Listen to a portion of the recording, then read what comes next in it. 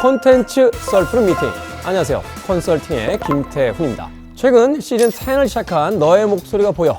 이렇게 오랜 시즌 동안 꾸준한 인기를 얻은 콘텐츠가 또 있을까 싶은데요. 너의 목소리가 보여는 국내뿐 아니라 미국 폭스 채널에서도 큰 인기를 얻고 있습니다. 벌써 미국판 너목보 시즌 3의 촬영이 완료되고 연내 방영 예정이라고 하죠.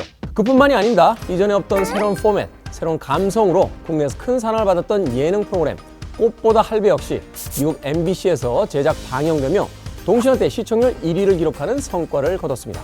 올해는 스웨덴과 그리스에 포맷을 수출하며 런칭을 준비 중이라고 하는데요. 콘텐츠 포맷 수출을 통해 글로벌 시장에서 큰 성과를 내고 있는 K 콘텐츠. 오늘은 효과적인 글로벌 진출 전략 중에 하나인 콘텐츠 포맷 수출에 대한 이야기 나눠보도록 하겠습니다. 함께 이야기 나눌 분 모셨습니다. 안녕하세요. 안녕하세요. 본인 소개를 좀 해주시죠. 네, 저 CJ ENM 해외 콘텐츠 사업팀 민다현입니다.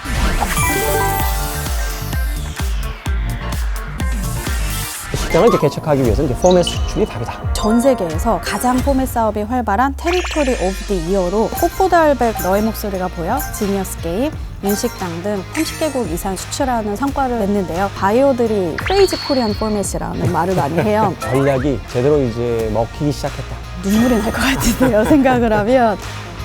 자, 앞선 소개한 두 개의 사례가 있었습니다. 너의 목소리가 보여, 그리고 꽃보다 할배. 이 K 콘텐츠 포맷 수출의 이제 성공 사례라고 이야기를 해볼 수 있을 것 같은데요. 이 콘텐츠 포맷 수출, 이 정의를 어떻게 내려야 되고 또 이걸 어떻게 이해를 해야 될까요? 먼저 콘텐츠 수출은 방영권 판매랑 포맷 판매 크게 두 가지로 나뉘는데요.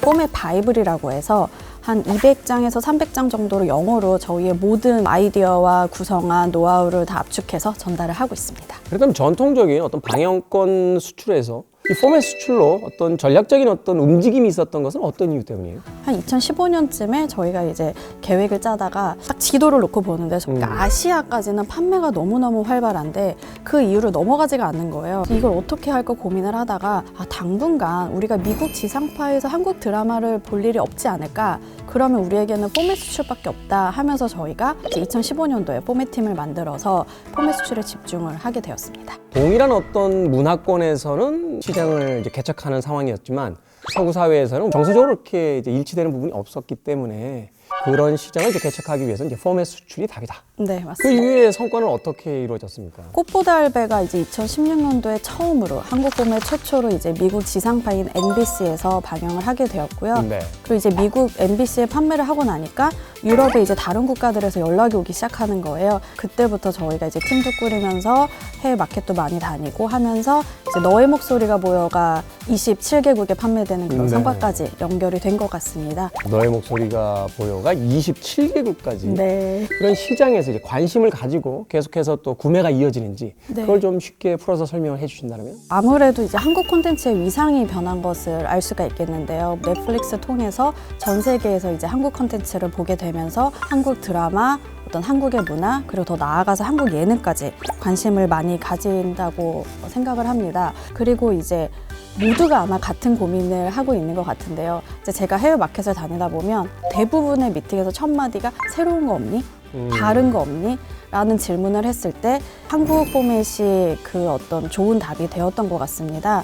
너의 목소리가 보여와 복면가왕이 이제 두 가지 포맷이 성공을 하다 보니까 바이오들이 크레이지 코리안 포맷이라는 말을 많이 해요. 왜냐면 수십 개의 음악 쇼들이 있는데 그 누구도 노래를 듣지 않고 우승자를 맞힌다는 포맷은 없었었거든요. 근데 음치가 우승할 수 있다? 그리고 심지어 음악 쇼인데 그 사람의 노래를 듣지 않는다? 이게 정말 서구권의 방송 관계자들이나 제작사들에게 정말 흥미롭게 다가갈 것 같습니다. 소위 이제 미국의 공포 영화의 왕이라고 하는 이제 스티븐 킹이라는 작가의 그 이야기를 듣다 보면 어떻게 이렇게 독창적인 이야기를 만들어내십니까? 라고 했을 때 두 가지의 장르를 섞는다 라는 이야기를 하거든요.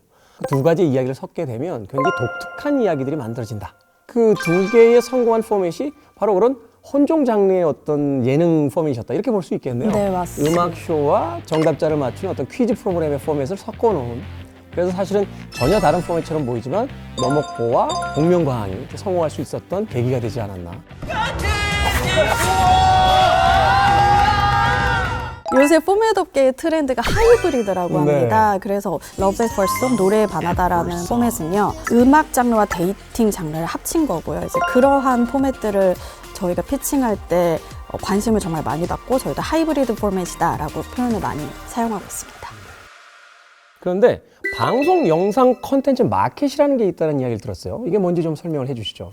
네. 매년 전 세계 각지에서 해외 콘텐츠 마켓이 열리고 있는데요. 저희 팀도 방금 다녀왔습니다. 3월에 홍콩에서 열리는 필마트가 있고요. 4월에서 프랑스에서 열리는 미티비, 5월에 LA에서 열리는 LA 스크리닝, 프랑스 깐느에서 열리는 미컵, 그리고 일본에서 열리는 팁컵, 그리고 12월에 싱가포르에서 열리는 ATF가 있습니다. 자, 이런 마켓을 통해서 이제 판매되는 어떤 사례가 있었을 것 같아요. 우리가 이 마켓을 통해서 이제 수출하게 된 어떤 사례가 있다면 어떤 것이 있을까요? 포맷은 거의 90% 이상이 마켓 중심의 수출이 벌어진다고 보시면 되고요. 저희 CJENM 다양한 채널에서 런칭한 쇼 중에 가장 해외에서 잘 될 것 같은 프로그램을 꼽아서 마켓에서 런칭을 합니다. 출품을 하는 거죠? 네, 맞습니다. 그래서 이번 4월에 열리는 미티비와 미컴을 통해서 너의 목소리가 보여, 지니어스 게임, 윤식당 등 이러한 예능 포맷을 한 30개국 이상의 수출하는 성과를 냈는데요. 이제 지니어스 게임 같은 경우는 이제 작년에 이제 네덜란드 지상파인 NPO에서 네덜란드판이 나왔고요. 네. 이제 그러한 성과를 바탕으로 현재 지금 미국, 영국, 덴마크, 노르웨이에서도 현지 제작사와 함께 이제 현지판을 만들려고 이야기를 하고 있습니다. 그리고 작년 같은 경우는 엠넷의 My Boyfriend is Better, 그리고 그 전년도 같은 경우는 환승연애를 출품했었습니다. 잠긴 방 안에 누워 제가 원하던 그 이상형이었어요. 굉장히 설렜었어요. 그리고 올해 같은 경우는 티빙에서 곧 방영 예정인 더 타임 호텔을 출시할 예정이고요. 더 타임 호텔에 오신 걸 환영합니다. 시간이 산소 같은 거네. 아 빨리 해, 시간 가 지금. 원래 근데 시간이 권력이고 힘이야 여기서는. 근데 누굴 믿어야 돼? 사이코패스를 보여주겠습니다. 올인하겠습니다. 들어가겠습니다. 체크인을 하시겠습니까? 현지에서 반응은 어땠습니까? 출품했을 때. 너목보라 꽃탈배 이후로 CJENM에 대한 반응이 되게 높아서요. 밉TV에서 프레시TV라는 컨퍼런스가 있는데 그 시기에 나온 가장 핫한 포맷을 소개하는 건데 이제 거기에 이제 저희가 소개가 될 것 같고요. CJ가 새로운 포맷을 출시하면 많이 찾아오는 편입니다. 자, 지금이야 이제 K 컨텐츠 하면은 일단 K 컨텐츠 하고 이제 시선을 주는 그런 효과들이 생기게 됐죠. 근데 처음으로 이 포맷 수출을 계획하셨던 2015년 정도에는 그렇게 쉽지만은 않았을 것 같아요. 그 계약을 따내기 위해서 했던 노력들이 있다면 어떤 것들이 있을까요? 눈물이 날 것 같은데요. 생각을 하면 2015년부터 포맷 판매를 했는데 그전에도 한 5년 정도 드라마와 K-팝 판매를 했었습니다.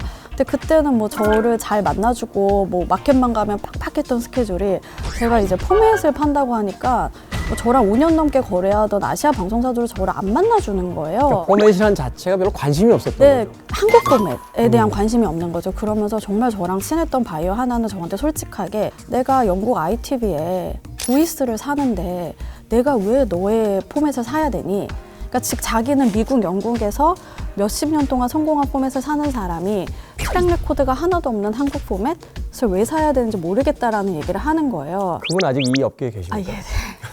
저희 너목보를 사가신 그래요? 분이시고 지금 현지에서 시즌 8을 하고 있습니다. 결국은 이제 해피엔딩으로 끝나게 되는 네, 그런 네. 어떤 흥미진진한 이야기입니다.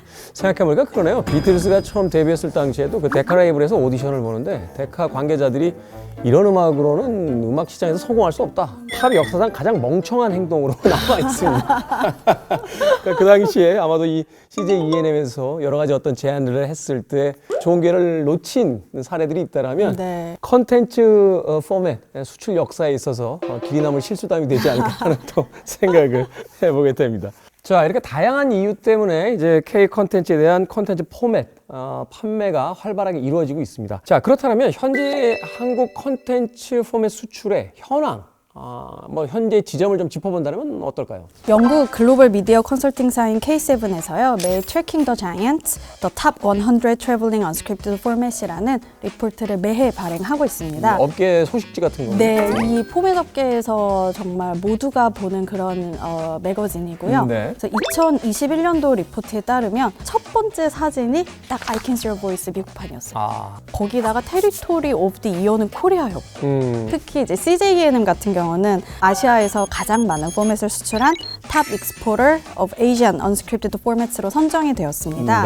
2021년, 22년 데이터만 놓고 보면 이게 1등이 영국, 2등이 네덜란드, 그리고 한국이 미국과 대등한 3위를 했고요. 생뚱맞은 아시아의 네. 국가가 바로 그 리스트에 이제 이름을 네. 당당히 올리고 있다는 건 말 그대로 이제 마켓에서 정말 우리 CJ ENM의 어떤 그 전략이 제대로 이제 먹히기 시작했다 이렇게 볼 수 있겠네요.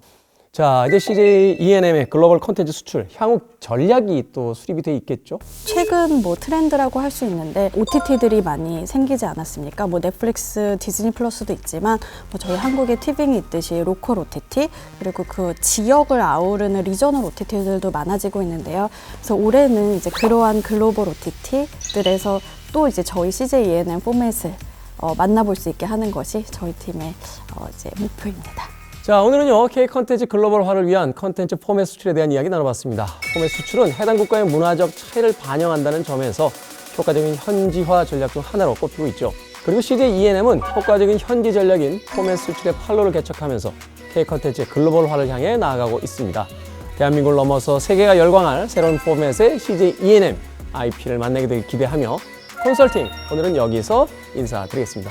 나와주셔서 감사합니다. 고맙습니다. 감사합니다.